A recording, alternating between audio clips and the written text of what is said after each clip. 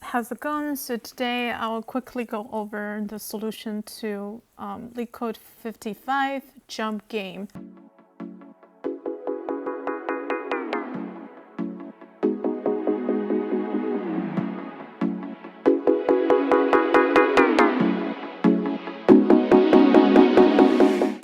So given an array of non-negative integers, nums, you're initially positioned at the first index of the array.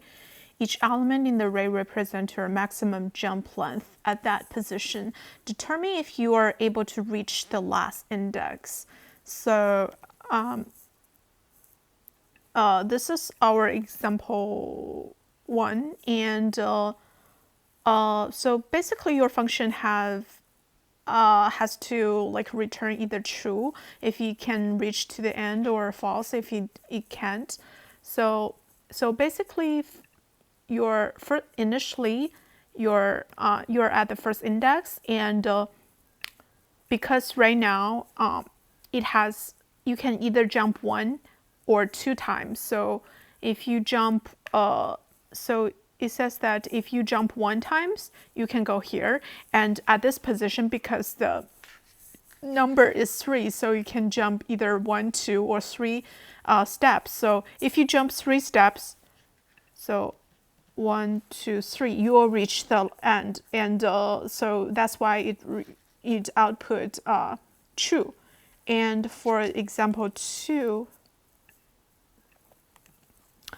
initially you're at this 0 index, and you can jump 1, 2, or 3 steps. If you jump 2 steps, you come here, and you can jump 1 steps, you go here, and you can jump 1 steps, you go here, but at here it's 0, so you cannot jump anything anymore. So you kind of go back. Let's try if we jump 2 steps, and right now we can jump 2 steps. We still reach the 0, and here we can jump 3 steps, and we reach the 0. So basically, no matter how much you try, you end up ending with this index 3, and from index 3 you can never reach index 4, so it should return false. So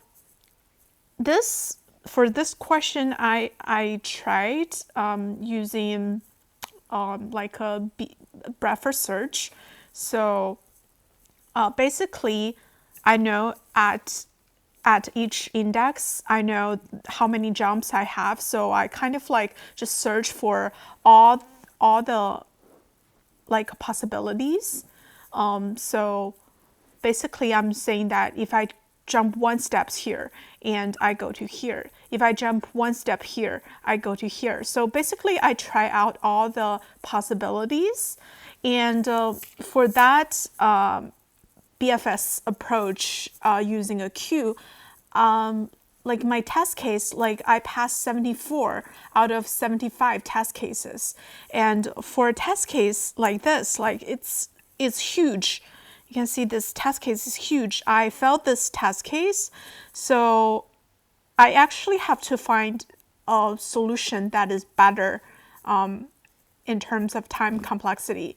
So I find out this one. It's actually just an ON time complexity. It's less intuitive. So basically what it means is that instead of trying every possibilities, all I care about is the maximum reach. For example, at the initial index 0, like I know that maximum I can reach 3 steps. So maximum I can jump 1, 2, 3. I can go here, right?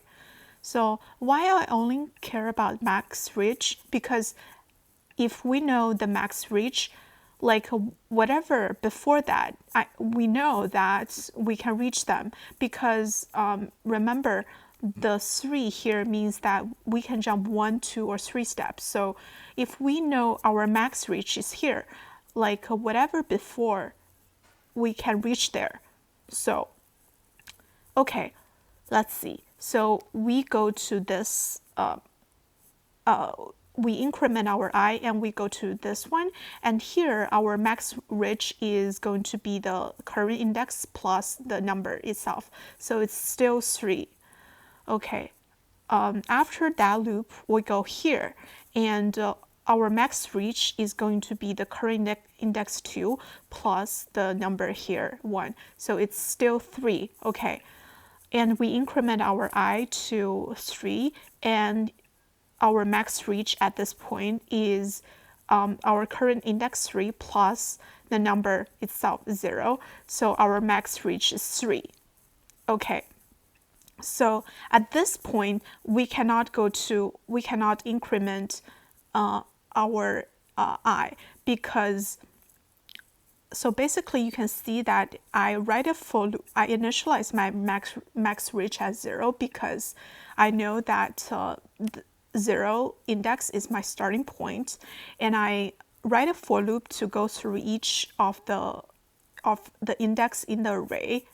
So if the index is within my max reach, it means I can update my max reach to the previous max reach with my current index plus my number, right? So basically, I can update my max reach. However, if my index, for example, here, remember our max reach is 3, right? So at index 4, we cannot update our max reach because from previous steps, we know that we can't even go to index 4. So that's why I write continue, because previously your max reach, if your max reach does not reach the current index, it means that there's no way you can go there. So your max reach cannot be updated. That's why I write continue. Basically, continue means that don't do anything at this loop and continue to the next loop. So at the end, after going through each index in the array, I only need to return if my max reach is greater or equal than my length of numbers minus 1. So for example, in this case, my max reach is 3. My length nums minus 1, which is the last index, is 4. It is not bigger or equal than the last index, so I return false. So for this example 1, let's go through it. So my max reach initially is 0 because I know right now I can only go to the 0th index. At this point, my max reach is going to be 0 current index plus the number itself. So it means I can maximum go here. Okay. My max is here. Okay. And I go to my next I, and at here, my max reach is going to be my current index plus the number itself. So which is 1 plus 3. So my max reach is 4. So basically, I can also, I can also say if max reach is equal to this one, I can return true. So basically, it will save me some loops. And right here, my max reach is still 4. It's not updated. Right here, my max reach is 4. So at here, my max reach is 4. So let's run it. Okay. So this time complexity, I think it should be O(n), and the space complexity should be O(1). Again, this approach is not intuitive.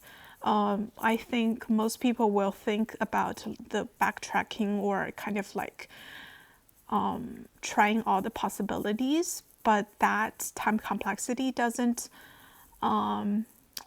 satisfy the questions requirement. So this ON approach is less intuitive, but it works.